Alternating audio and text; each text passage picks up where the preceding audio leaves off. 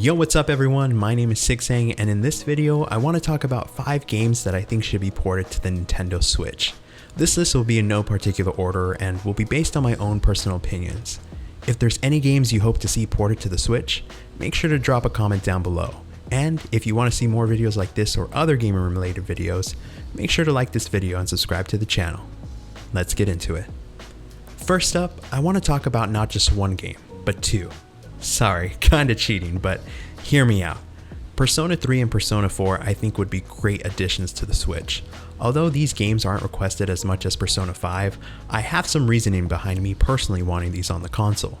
For starters, both Persona 3 and 4 were playable on the PlayStation Vita, and I think them returning to another handheld console just makes sense.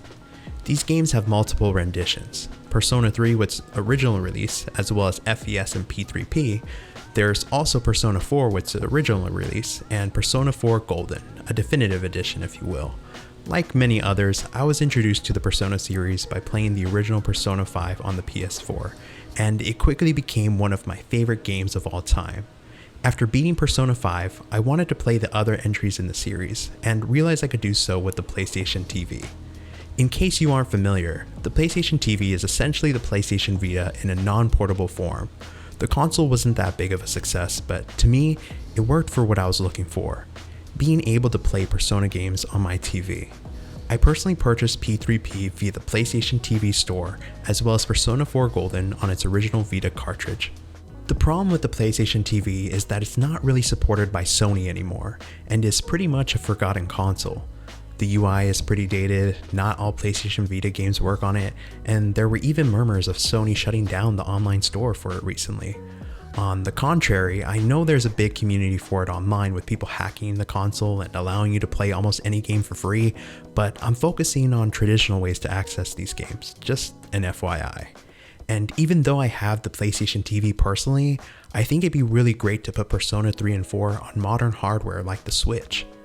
I know Persona 5 to the Switch makes more sense given its immense popularity, but after seeing how Persona 5 Strikers looks on the console, it might be better to release it on the rumored Switch Pro. Persona 3 and 4 are far less graphically demanding games, and I think they would look great on the Switch, all things considered. It would give access to new fans of the Persona series so they can play these games on a modern console. And I know Persona 4 Golden is now available on Steam, but if you don't have access to a capable PC, this would be the next best thing. This next game I want to talk about is completely different from the Persona games, but is one of the best games to have released on the Nintendo GameCube, Mario Kart Double Dash. As you can tell, this is one of Nintendo's Mario Kart games, and to me, is still probably my favorite entry in the series. Double Dash introduced the ability to race with 2 characters at once, and allow you to switch back and forth between the 2 during races. It created a unique dynamic of shuffling items in real time. You could hold on to something like a red shell with your driver character and switch to them when the item was needed. This ability was super clutch and was one of my favorite aspects of the game. That on top of being able to use 2 of your favorite Mario characters at once, the vehicle selection, the awesome racetracks, the music, it's just an awesome game in general. Although I will say that Mario Kart 8 on the Switch is a great Mario Kart game in itself, I feel like Double Dash was the defining moment of Nintendo taking the Mario Kart series to a whole new level. Adding this to the Switch would be great as a party game, and would allow new players to see how the series has evolved and how it has kept key elements throughout the years.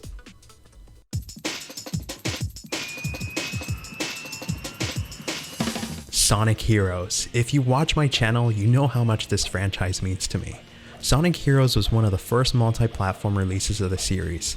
It released on the GameCube, Xbox, PS2, and even PC.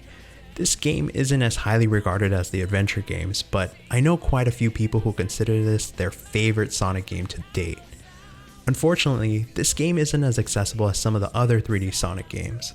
However, I have read that this game is available via PSN in the EU and in Japan. Not for us in the States though. It's never received an official re-release like Sonic Adventure 1 and 2, which I still find kinda strange because the game wasn't poorly received like Shadow the Hedgehog or Sonic 06. It kinda seems like a no-brainer to have this accessible on modern hardware, but I guess Sega must have some reason for not re-releasing this game. I would love to play an official HD port of this game on the Switch. doesn't have to be a full-on remaster, just make it so it's playable on the console. I could see it being a great game to port on the PS5 and the Xbox Series as well. They could even put it on Steam. I know Sonic fans would really appreciate this one being brought to modern consoles, and I hope one day it will. I'll be the first to admit I'm not the biggest Zelda fan around, but Wind Waker has always caught my eye. The art style and overall vibe of the game seems great, but it's never been a game I've had the chance to play personally. I've seen playthroughs and speedruns of the game, and I think I would actually enjoy playing through it. It's worth mentioning that it did receive an HD port on the Wii U, but I never really spent too much time with my Wii U when I owned it because I couldn't get used to the gamepad. I know the simplest solution would be to just buy a copy for the GameCube, but I would really like to experience the game with modern graphics. I guess I can't have my cake and eat it too with this one. Breath of the Wild was the first Zelda game I've actually beat, and after playing it on the Switch, I've become more open to trying other entries in the series. This is why I'll welcome any Zelda HD port to the Switch. Luckily, for any Zelda fans watching this video, Nintendo will be bringing an HD version of Skyward Sword to the Switch in the summer of 2021. I'll be picking this game up for sure, but I'm crossing my fingers wishing for ports of not only Wind Waker, but also Twilight Princess.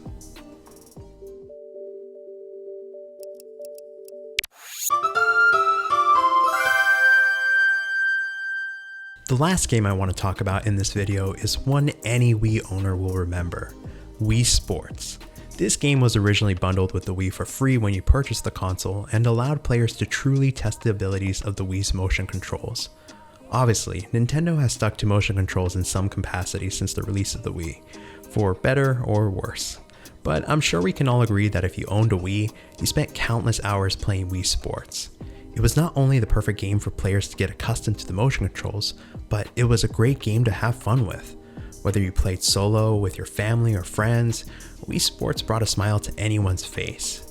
Maybe a part of that was the new experience of using motion controls, but I like to think there was something more than just that with the game. The use of Mii's, the iconic theme song, the variety of sports to play, these are a few things that come to mind. Maybe not as seamless to bring over to the Switch as some of the other games I mentioned, I believe Wii Sports would be a great game to port to the Switch. There are currently other third-party games available on the Switch that mimic this formula, but come on, it's Wii Sports. Nothing can beat the nostalgia of playing this game. And that's gonna do it for this one. Honestly, it was pretty fun to brainstorm what games I would like to see ported to the Switch. I know it's a running joke that the Switch is a port console and publishers are using most ports as cash grabs, but I think at the end of the day, what attracts most people to the console is its versatility. That's why I want to see more ports to the console myself. Being able to play games in handheld mode and on the TV is still really special. And for games that aren't as graphically demanding like the ones I listed, I feel like they have a chance of making it to the console. If you enjoyed this video, please make sure to leave a like and subscribe for more video game content. I mostly do variety videos like this and game reviews, so expect more content coming soon. You can also follow me on social media at Sigsang, links down below. Anyways, I hope you have a great rest of your day, and I'll see you in the next one. Peace.